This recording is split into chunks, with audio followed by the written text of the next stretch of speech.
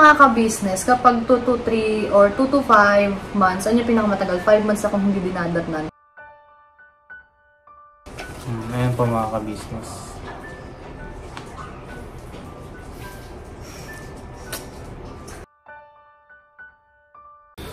Sana mga ka-business, magpapalang araw sa ating lahat. Ayan, dito kami sa bahay ni Ate Jal.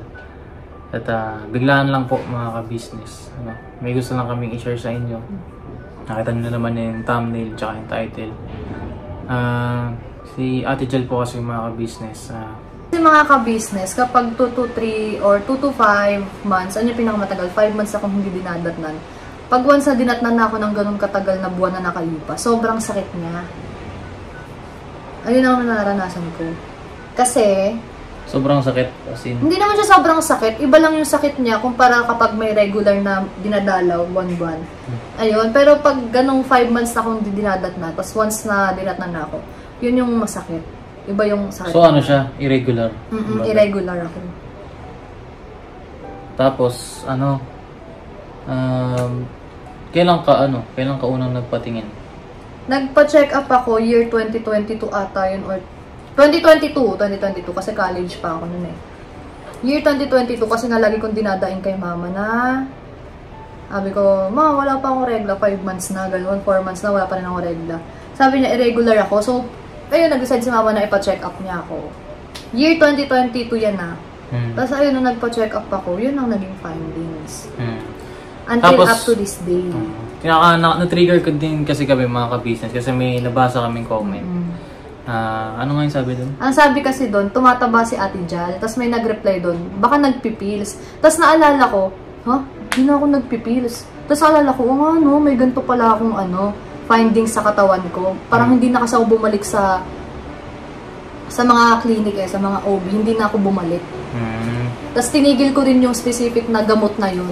Kasi nga, sabi ko, hindi naman gumagaling, hindi naman nawawala. So parang gastos na kasi ang mahal nung pills na yun. So tinigil ko siya, sabi ko kay mama, kasi mama, pinipilit ako na ituloy yung pills. Ako lang talaga na, ayoko na, sayang pera kasi hindi naman nawawala, irregular pa rin naman, ganun. So, ngayong araw po. Ngayong araw, sinadya talaga namin pumunta sa clinic kasi, ayun nga, na rin ako, na stress na rin ako. Ano ba yan? Ano bang nangyari? Ano bang meron? So, nagpa-check up kami at ito yung naging findings ng doktor. So, ayan po mga ka-business.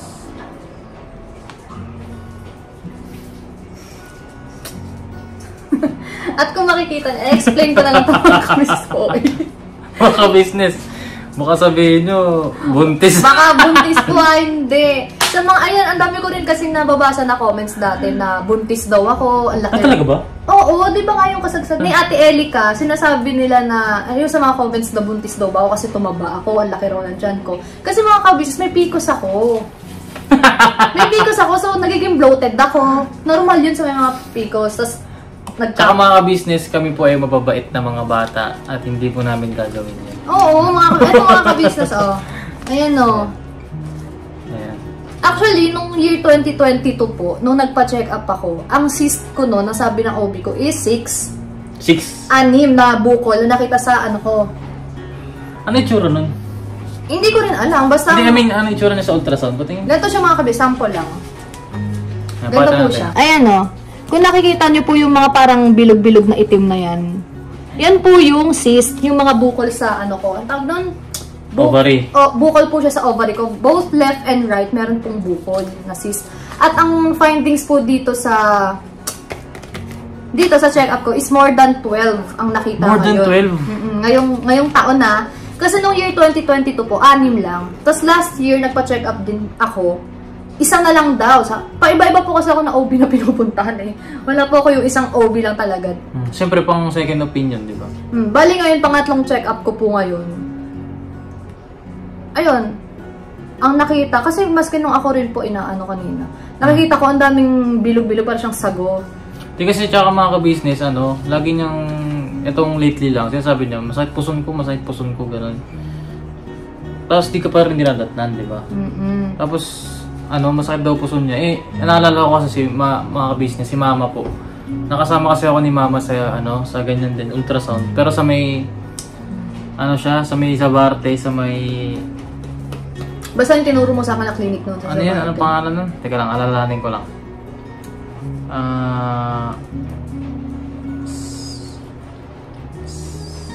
Sa dulo ng dila ko, di ko masabi.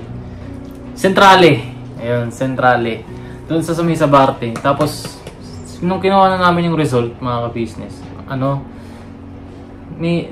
may bukol daw siya sa matres. So, ang sabi is, ang nakalagay na pangalan doon sa findings, mahaba siya na may myoma yung tunog. Sabi kasi, na may nabasa kasi ako sa internet na yung myoma is lumalaki. Yun yung parang yung mga bukol na inooperahan talaga. Inooperahan siya, tapos lumalaki siya na parang nagiging itsurang buntis. Oo, alam ko yan. Ganun siya mga ka-business. So, kaya kanina, na rin ako, natakot ako baka yung meron sa kanya. Kasi mga ka-business, bata pa siya. Di ba? Para sa ganung diagnosis. At saka, aminado naman din kami na hindi kami madalas makapag-exercise. Tapos, yung lifestyle namin, kumakain kami ng hindi naman palagi ng mga unhealthy foods. Ganyan. Kasi kahit ano naman, nakakain namin Ganyan. Pero, more on, maalat, ganyan. Tapos, medyo na, nag-alala ako. Kasi, ako mga ka-business, ayoko nung sa pamilya namin is may nagkakasakit. Kasi, noon kasi mga ka-business, nagkasakit si mama. Nung na-operahan siya, ako yung napunta doon sa ospital. Medyo traumatic sa akin yung ganung experience. Kaya, sabi ko sa kanya, pa-check up siya, Kasi baka mamaya, yung sakit dito sa tiyan niya is gallstone na. Ganun. Tapos, baka operahan siya, mga ganun. Hanggat maaari, mas maagapan namin. So kanina, nung punta kami doon sa clinic, sa una namin pinuntahan is walang ultrasound. So, dumiretso kami sa isang pinuntahan namin, sa Prestige. Shoutout po dyan sa mga staff ng Prestige, ang babait po nila dyan. Ang ganda po ni Doc. Hindi ko nakita si Doc pero ayan, thank you po sa inyo, sa inyong warm welcome kay Ate Jal.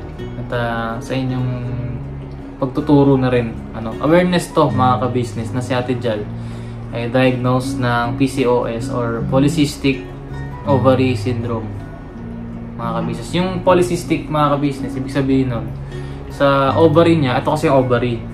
Tapos meron tinubuan siya ng mga bilog-bilog na maliliit na parang sago ng milk tea. Ganun mga kabis. Kaya nakita niyo sa ultrasound kanina. Napakita nga natin. Ang dami-dami mga kabis. More than 12 ang nakita. Nung nakita, eto mga ba kadiri! Ito po. Ito ulitin ko mga kabis. Ito, ibang shot naman to mga kabis. Ayan Yung mga nakita niyo pong itim na 1, 2, 3, 4, 5, 6. Ayan, tapos ibang anggulo pa. Ito pa po. Parang ito lang din yung pinakita ko kanina. Basta ayan po, tsaka ayan. Hindi. Ayan. Oo. Tapos, actually, mga kabis na nakita ko, first time ko makakita ng ganito. Ayan, kanina nga po habang inu-ultrasound ako, nakita ko na siya. Ang dami. Ang dami. Sabi ko, Dok, yan na po lahat. Yan po yung lahat ng ng C. Sabi niya, yes po. Ang dami. Tapos binibilang ko siya sa isip ko, naka-8 lang ako. Siyempre, iba siya. Nababasa niya yun, di ba? So, ang findings dito is more than 12 daw po yung cyst na nakita sa akin. So, at, sige, ikaw muna. Ikaw na. Hindi, ikaw muna. Tuloy mo na. Hindi na. Ayan nga, tapos nga po ako. Yung consult po dun sa OB. May consultation na rin. Oo. Bukod yung ultrasound, bukod yung consultation. Okay. Tapos, ayun, nalinawan ako doon na ang cyst daw po pala is hindi natutunaw ng pills. Kasi, previous dun sa mga ibang OB na naanuhan ko, sinasabi po na pwede raw matunaw ng pills yung cyst. Pero dito sa napacheck-upan ko, hindi raw po totoo yun na natutunaw ng pills ang cyst. Lifetime daw po ang PCOS. Bali, ang trabaho lang daw po ng pills is para paliitin yung mga cyst sa ovary ko. Pero hindi raw po totoo yun na nakakatunaw siya. At saka hindi raw po totoo na ang pills ay nakakataba. Wala raw pong katotohanan yan. Sabi? Kasi tinanong ko siya, sabi ko, ba't ka tumaba? Sabi ko kasi, siguro sa ano na lang din. Lifestyle. Hindi, adulting na rin. Nung lumakalaki tapos. So, tinanong ko kasi siya, sabi ko, Dok, totoo po ba yun yung pills is nakakataba? Sabi niya, ha, hindi. Shook nga siya nun. Sabi niya, ha, ano? Mga ganun siya. Sabi niya, what? Hindi raw totoo, wala raw katotohanan yun. Huwag daw ako matakot mag-take ng pills. Kasi wala raw katotohanan yun. Na kapag nag-pills ka is nakakataba. Maganda nga raw yung pills kasi nakaka-light daw ng skin yun, nakaka-blooming, gano'n. Tsaka sabi niya, ang pills daw ay para ma-minimize yung mga symptoms ng isang PCOS. Ano ba kasi yung PCOS? Ano kasi mga ka-business parang sa hormones ng babae, hindi sila, nagkakaroon ng imbalance sa hormones, no? Mas mataas yung hormones ng lalaki. Ng panlalaki, oo. Kaya yung ibang mga babae, shoutout sa mga may PCOS dyan. So, marami kayo, di ba? Kasi actually alam ko may community yung babaeng may PCOS na, ayan, yung iba sa kanila nag-struggle sa weight loss. Tapos yung iba mayroong mga facial hair. Yung mga... Ayan, ang sabi ni Doc kanina, kapag mataas daw kasi ang hormones ng lalaki sa katawan ng babae, yun daw yung mga babaeng nagkakabigote dito, tapos mabalahibo raw talaga hanggang binte, likod, hanggang harap, mabalahibo raw talaga, tapos matigyawat, ganon. Pero sa case ko naman daw, kaya raw hindi pa ako napupunta sa ganon, kasi balance yung height ko, tsaka yung weight ko. Hindi ka pa ganon kataba? Hindi, wag ko lang daw paabutin na matimbang ako ng 65, mga 70. Ilang kilo ka na ba ngayon? 60. 60. 5 kilo na lang! Kasi ano raw, normal pa raw yung height ko sa weight ko. So, ayun, wag ko lang daw paabutin na tumaba ako kasi doon lalabas yung symptoms ng PCOS. Tapos, ba, mga ka-business, kaya pala minsan, nagiging bipolar siya. Ha? Ganun. Minsan, mabilis siya mairita. Ganun. So, yung mga ganong mga ka-business, bawa, yung misis nyo may PCOS, o kaya anak nyo, hindi pala madali, no? Yung may mga ganong klase ng sakit. Kasi, actually, lifetime na po kasi siya, mga ka-business. Hindi na daw siya nagagamot. As in, kahit operahan, hindi siya na-operahan. Kaya ang sabi ni Doc doon, hanggat wala pa naman daw akong balak magka-baby, ituloy ko lang daw yung pills, huwag daw ako matakot. Ngayon, kung kasal na raw ako, tas balak na mag-baby, doon ko lang daw ititigil yung mga kabisas, pwede bang pakita mo? Ito po yung na-recommend sa akin na gamot. Kahit nung sa dating-dati pa po, ang nare-recommend talaga sa akin is Cybel po. Kung walang Cybel, edi Dayan po pills. Tapos ito, kasama siya sa recommendation ng gamot ko po. Ayan. Ano siya? Progesterone. Para saan daw yan? Ito naman po, ititake ko raw po to ng morning tsaka evening para mag-bleed ako. And then pag nag-bleed na raw ako, tsaka ako iinom ng Cybel. Yan na naman po tayo sa gamutan. Nagagalit nga si Mama. Tigas daw ng ulo. Tigas ng ulo na ito kasi nagpa-check up din siya. Ang sakit naman na UTI. Sumasakit daw yung tagiliran niya, yung likod niya, ganyan. Tapos di daw niya kinakaya, nilalagnat siya. Ito naman this time. Baka severe ng UTI. Ang tigas ng ulo mo, be. This time po mga ka-business, sinabi ko kay Mama na nagpa-check up ako sa PCOS ko, tapos sabi ko, nakakita ng 12 na cyst, tapos sabi niya, yan kasi sabi ko sa tigas ng ulo mo, di mo tinutuloy yung gamutan ko. Hindi ko tinutuloy. Kasi di mo tinutuloy? Dahil nga, pag nagpipilis ako, sabi ko rin kay Mama, kasi sayang nga pera, na kapag nagpipilis ako. Magkano ba to? 700, nasa 700 ang Cybel. Kaya sabi ko kay Mama, ayoko na, kasi, ang mahal nga nung pills, tapos, though si Mama naman nagbabayad ng pills ko, natin siya bumibili. Kaso nang hinayang ako, sabi ko, hindi naman ako nire-regla. Kaya balik po tayo ng balik alindog sa Cybel. Kasi mga kabis, tinatabad ako dati pag namimiss ko yung pills. Nagulat si Mama nun. Nung balik akong check. Ano mangyari pagka namimiss yung pills? Sa PCOS? Hindi consistent yung pag-inom. Ewan ko rin kasi kasi mga kabisas dati, bumalik ako nun sa clinic nun, tapos nalaman ni Doc na kapag hindi ako nakakainom ng gantong araw kasi na-miss ko yung oras, di kinabukasan ako iinom. Nakakamiss ako ng isang araw, ganon. Parang akala mo gamot lang siya. Akala ko gamot siya na kapag hindi ka nakainom ng 12. Kahit nga gamot, diba? Basta hindi ka nakainom sa exact time mo, iinumin mo pa rin siya dapat, diba? Kaso kasi ako mga kabis, pag hindi ako nakainom sa, kunyari, 12 PM yung inom ko, tapos hindi ako nakainom ng 12 PM, ipagpapabukas ko na siya. Pero 12 PM ulit? Kaya, Mabala. ang gagawin ko na lang ay mag-a-alarm na lang siguro ko. Every 12 p.m., mag-a-alarm na lang siguro ko para hindi ko siya nakakalimutan. Tapos ayun, sabi ni Doc nun, dapat hindi ganyan. Kasi mama pinagalitan ako nun eh. Dapat lang. Na dapat daw, hindi raw ganun, iniinom ko pa rin daw siya. Ayun ko, okay. Pero in fairness sa balat mo, makinis ka. Tsaka medyo mabalahibo ko nga. Pero dati pa to. nga. Yung pagiging Mabalbon. yung mabalbon ko pa mga kabis. Dati pa po to, nung bata pa. So, anong gagawin natin yan? Ayan, tuloy-tuloy maintenance na naman ng gamot. Na tayo magagawa. Hindi ko nga na-clear kung ano bang mangyayari pag hindi ako uminom ng... siguro ganun talaga ang consequence mo, irregular. Kasi mga kabisnes, di ba, sa mga babae dyan, kailangan buwan-buwan, naglalabas kami ng dugo kasi bacteria ng katawan namin yung dugo na yun.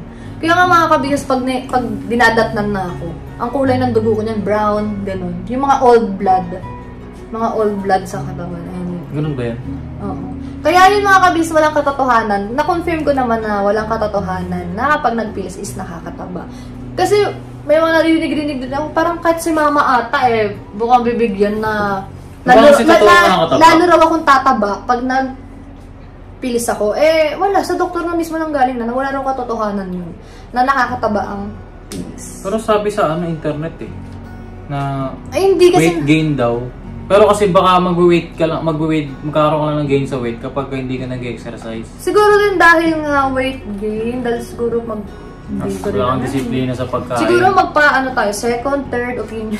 Hindi, ganun yun. Ito siya mga kapatid. Ganito lang naman po siya kaliit. Ganyan po. Pinakita mo pa. Tapos may bag po siya. Para ito. Ayan. So, balik na naman po ako sa Ayoko kasi ng mga ganitong mga kabis yung may inaalala akong iinumin na gamot. So, to answer the question, hindi naman pala. Doon sa comment lang. Mag-react lang kami. Ito po, magpipilis na po ako ulit. Na. Totoo na. Buti pinaalala nyo. Kasi hindi ko na alam yung nawala na nga sa isip ko na may PCOS ako. Sabi ko nga pala may PCOS ako. Tapos, di ba nga po last year, nagpa-check up ako. Isang cyst na lang daw yun, di ba? So, iniisip ko kanina, feel ko wala na to, wala na. Kasi ganun nga po yung mindset ko. Natutunaw ng kaso ang tagal ko na rin hindi nagpipilis kasi last year pa po yung last pills ko. So, ayun, akala ko, totally mawawala na siya. Tapos, nagulat ako kanina mga kabis talaga. Sabi ko, ayan na yun, parang sago-sago. Tapos, more than 12. Nandito po sa nakalagay po talaga dito. More than 12 po yung nakita. Ayan pa, Ayan. Mababasa kaya nila to? Hindi, no? Nakalagay po dito, both ovaries normal in size with multiple follicles more than 12. Yun po ang nakalagay. More than 12 na. Sa mga, mga viewers dyan, baka sabihin nyo buntis. Hindi po siya buntis. Ayan po, ulitin ko po, papakita ko sa inyo. Ganyan po siya. Ang dami. Yung mga itim-itim po na yan, yun po yung sa mga nga mga ka-business, yung mga may PCOS din na yung mga anak nila, yung mga anak din nila kahit na yung mga mami, di ba? Comment nga kayo dyan na samahan natin to si Ate Jen. Damayan natin kasi syempre hindi madali kasi abang buhay na yung PCOS. Abang buhay ka rin magpipilis, kumbaga. Siguro, pero pag mag-aanak na raw, dun daw ititigil. Kung balak mag-tigil. Kasi mga kabis, may nabasa ako na ang PCOS daw ay mahihirapang magkaroon ng anak kasi hindi daw siya nakakabuo ng egg. Mahirap. Oo. Mahirap lang makabuo daw. Binanggit din ni Doc yun kanina na usually raw pag may PCOS talaga, mahirap makabuo ng baby. Pero nung unang OB ko, ang sabi naman, hindi naman daw, hindi ko naman alala. Magkaiba sila, no? Opo, pansin ko po sa tatlong OB na napuntan ko, magkakaiba po sila ng mga sinasabi. Kaya, hindi ko alam sino ng paniniwalaan. Pero yun nga, magamot na lang talaga. Yun na lang po talaga magiging solusyon para maging regular. Tsaka, exercise. Tsaka, luluto tayo ng maayos na pagkain. Kaya nga po mga kabisnes, napabili na po ako ng mga prutas ngayon. Bumili na siya mga kabisnes. May apple, orange, banana mo. Salamat mga kabisnes sa pinakinggan nyo yung vlog namin na to. Gusto lang namin i-share yung experience kasi kanina, kakabaka talaga ako.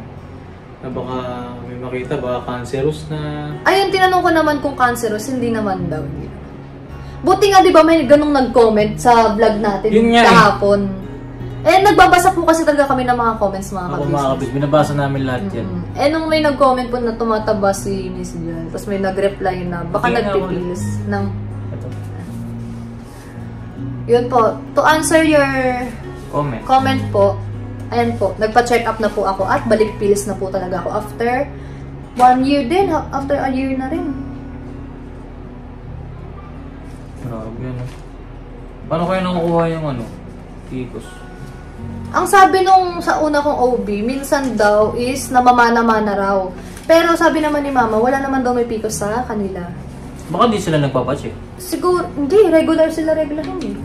Siguro sila, pati sila tita Chris pa? Regular sila. Siguro na rin, may isa pa siguro sa hormonal imbalance na rin daw, sa katawan na rin daw ng tao.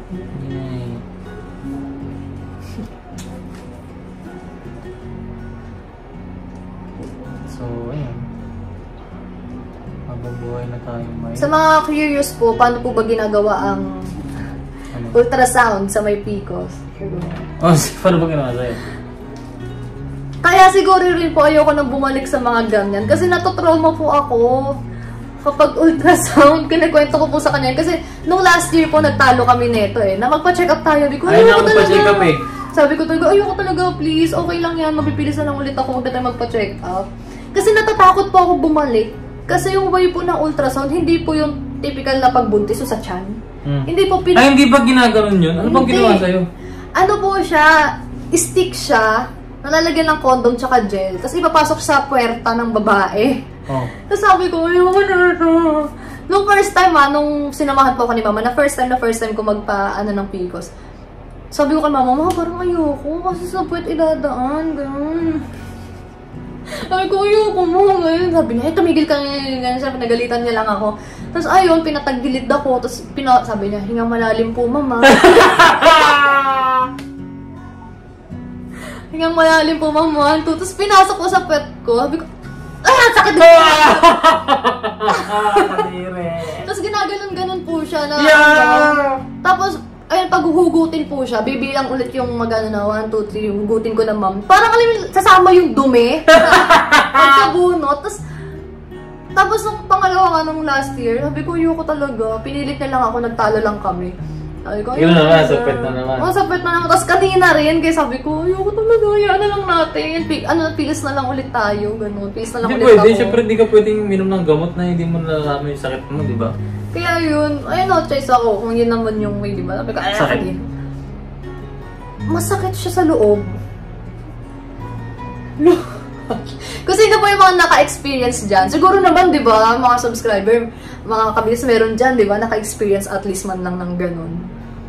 Ayun, kaya ayaw ko pong bumabalik sa, sa OB, kasi ganun po yung ginagawa, parang ayaw ko na. Ang ano po siya, imagine yung mga kabisis kung gano'ng kalaki. Hindi, parang siya. Parang eto po mga kabis, lip tint to. Siguro mga ganyan. Idagdag itong ganito. Yung daliri? Dalawa? Siguro ganito.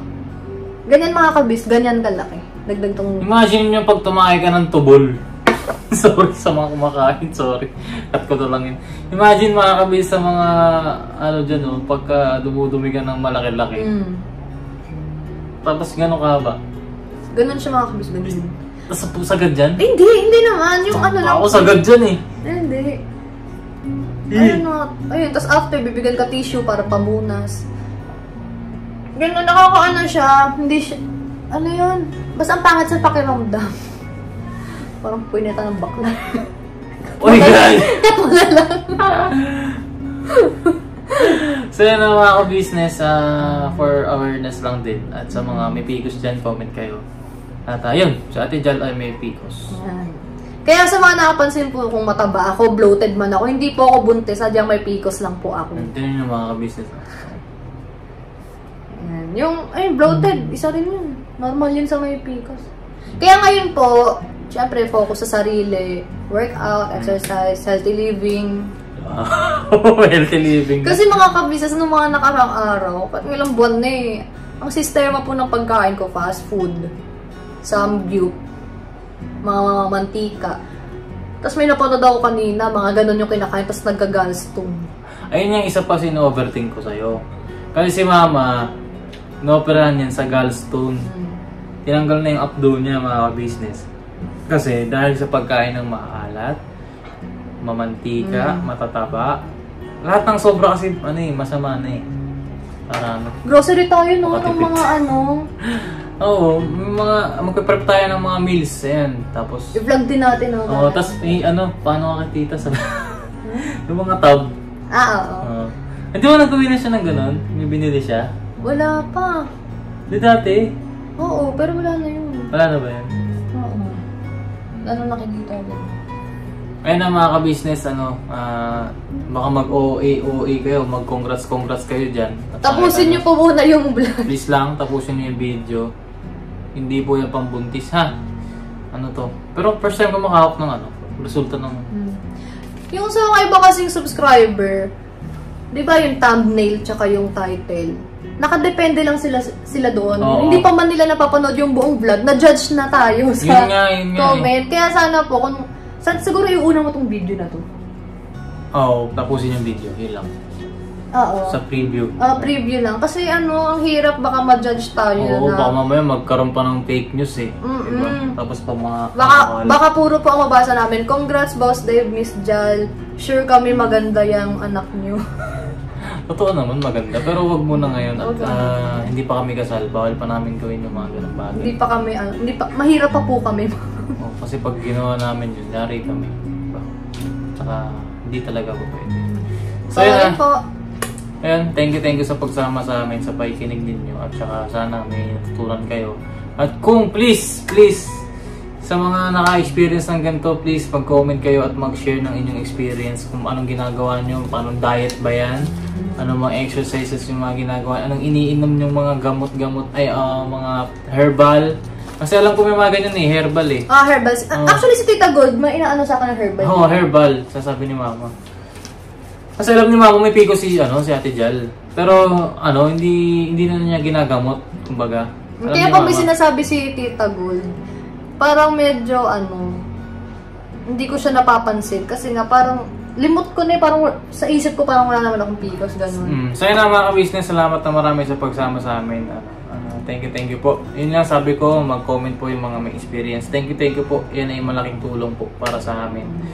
At abangan nyo mga ka-business, magkakaroon kami ng vlog na gusto namin mag-donate ng mga bagay-bagay para sa bahay ampunan, mga ka-business. At sana pakisuportahan nyo kami dun sa aming project, siguro by the end of October or early October, mid ng October, basta this month, next month mga ka-business. Sana loobin ng Panginoon Diyos na matupad natin yung ating magiging project dyan sa bayang punan, dyan sa may bagumpong. Alright mga ka-business. Wait lang, habol ko lang din. Di ba nga mag-comment yung mga ka-business na may experience sa PCOS? Kasi hindi naman lahat alam ko pa about PCOS. At sigurado naman ako, yung OB ko is hindi pa lahat na i-share about PCOS. Kaya gusto ko lang makakaalam ng iba pang may experience dyan kung ano ba yung ganito, ganyan. Share nyo lang. So yun na mga ka-business, salamat. Never say goodbye. Tomorrow is another day. Wala magko-congrats dyan ha.